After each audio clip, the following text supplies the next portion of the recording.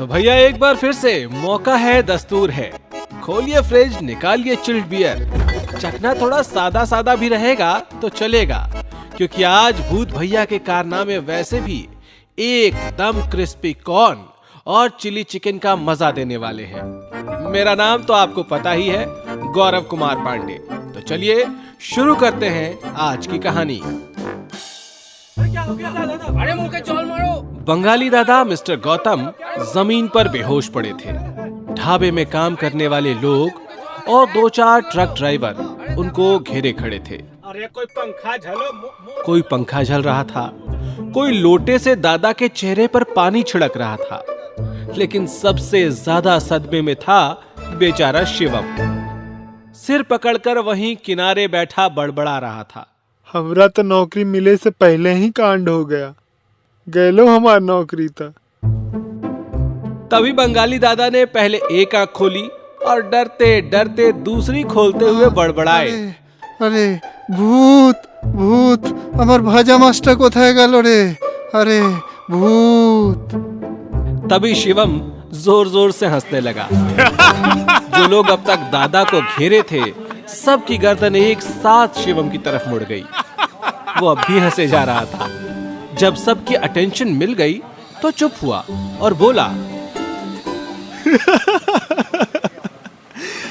दादा आप तो एकदम डरपोक निकले महाराज। अरे एकरा से पहले हम बिहार के मशहूर जादूगर बकलोला सरकार के यहाँ खाना बनाते थे, बस वहीं से थोड़ा बहुत जादू सीख लिए हैं। वैसे भूत भूत कुछ होता नहीं है दादा। उधर सोनू तिवारी अपनी आंखें छोटी करके उसे घूर रहा था। साला भूत सामने खड़ा है और ये बोल रहा है भूत वूत नहीं होता है। रुक बेटा, तुमको तो हम बताते हैं। इतने में बंगाली दादा ने खड़े होते हुए कहा, हमको क्या बोका मानुस समझता है क्या? अरे दादा वो सब तो ट्रिक है, फिर से दिखाएं आपको उड़ा के। दादा के कुछ कहने से पहले सब एक साथ बोल पड़े, हाँ हाँ दिखाओ दिखाओ।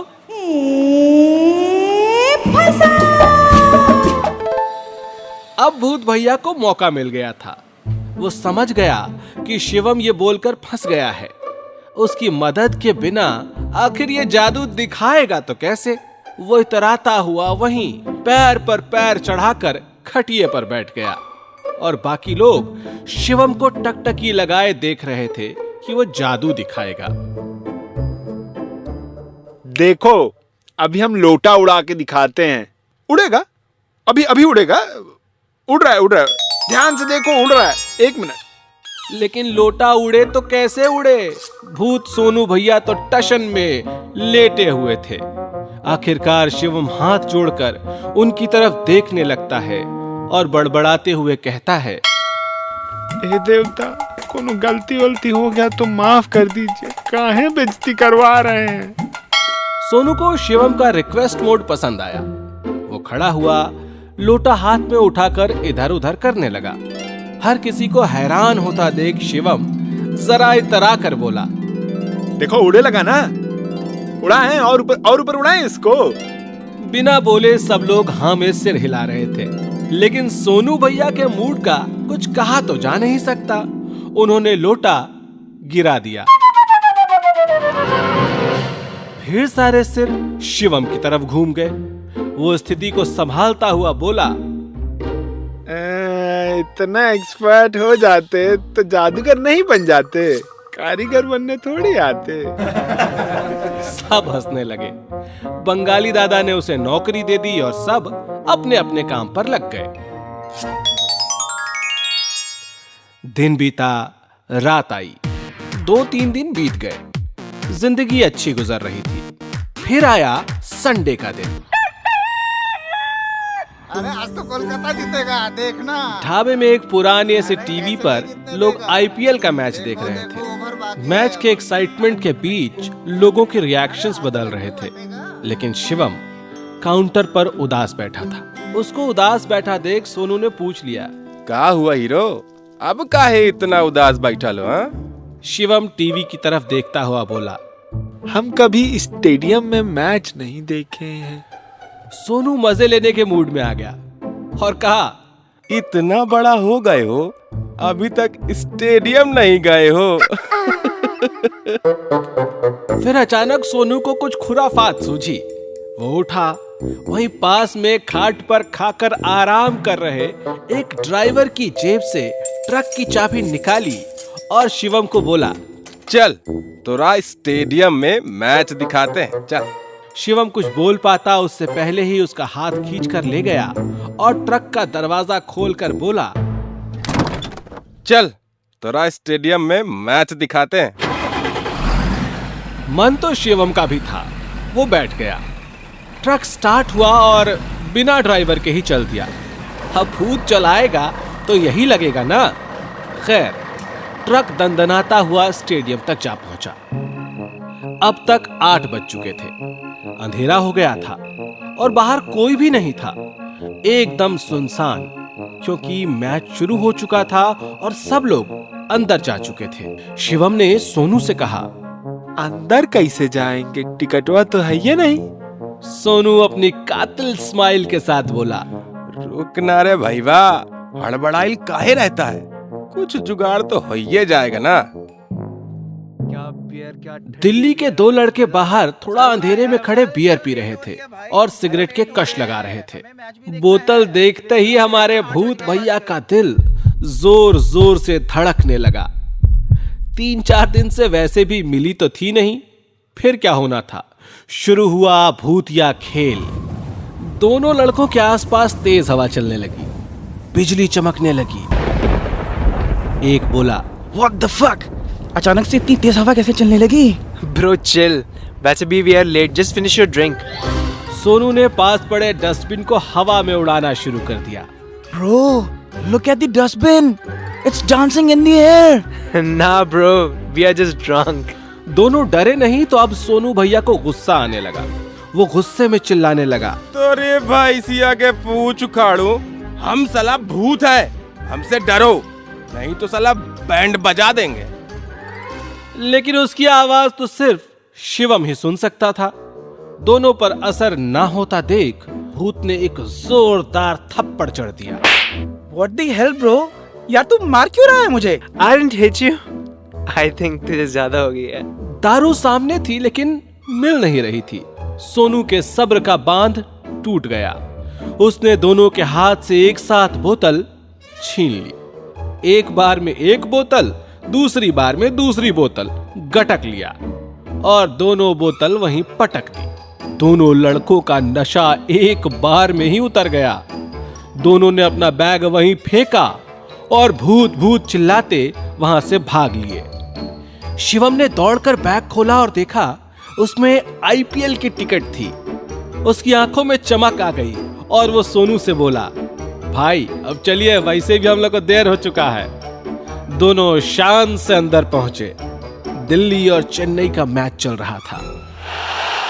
दिल्ली के 3 विकेट जल्दी गिर गए थे, लेकिन रोहित शर्मा अब भी बैटिंग कर रहे थे। थोड़ी देर दोनों चैन से बैठकर मैच देखते रहे, लेकिन अपने भूत भैया ज्यादा देर कहां चैन से बैठने वाले थे। बगल की सीट पर बैठे सरदार जी के हाथ में पॉपकॉर्न का डब्बा देखकर उनका जी ललचाने लगा और वो शिवम से बोले, ए यार सुनना, दारू तो पी लिए हैं, चखना नहीं खाए हैं, खा ले का है? शिवम ने सोनू को देखा और रिक्वेस्ट करने लगा, अरे भैया जी छोड़िए ना, काहे पंगा ले रहे हैं। लेकिन भूत भैया किसी की सुनते कहां हैं। हाथ बढ़ाया और एक मुट्ठी पॉपकॉर्न पाजी के डब्बे से हवा में उड़ने लगा।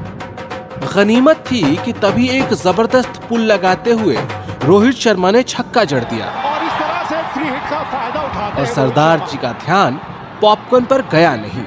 लेकिन जब उनके हाथ से किसी ने कोल्ड ड्रिंक का सिप लिया तो वो एकदम से बोल पड़ा, ओ तेरी, मेरी कोल्ड ड्रिंक कितने गई? उधर शिवम सिर पकड़कर पैर ऊपर कर बगल वाली कुर्सी पर बैठा चुपचाप सब देख रहा है। सरदार जी ने उसे देखा, थोड़ा घूरा और फिर से मैच पर कंसंट्रेट करना बेहतर समझा। लेकिन सोनू ने 1 मिनट के अंदर ही फिर से एक मुट्ठी पॉपकॉर्न पर हाथ साफ कर दिया। 2-4 पॉपकॉर्न शिवम की गोद में भी डाल दिए। अब तो सरदार जी का शक पक्का हो गया कि शिवम ही है जो उनसे खिलवाड़ कर रहा है। वो भड़कते हुए बोले, तेरा दिमाग खराब हो गया कि तू इत्थे मैच देखन आया है, पॉपकॉर्न चोरी करन आया है? खोता ना खुद मैच वेख रहे हैं ना सानू मैच देखन दे रहे हैं। पता नहीं कित्थों आ जांदे ने माए भुखे नंगे। ये सब सुनकर शिवम का चेहरा उतर गया। वो चुपचाप वहीं बैठा रहा, लेकिन उसकी आंखें भर आई थीं। अब वो सोनू की तरफ देख भी नहीं रहा था। शिवम तो शिवम, सरदार जी की बातें तो भूत भाई को भी बुरी लग गई थी। वो भी मुंह लटका के चुपचाप बैठ गया। लेकिन अगले ही पल उसे याद आ गया कि वो भूत है। सरदार जी के ठीक पीछे बैठी लड़की का हाथ पकड़कर उसने खींचा और सरदार जी के पॉपकॉर्न के बकेट में डाल दिया। सरदार जी सचेत बैठे थे, उन्होंने भी लपक कर हाथ पकड़ लिया।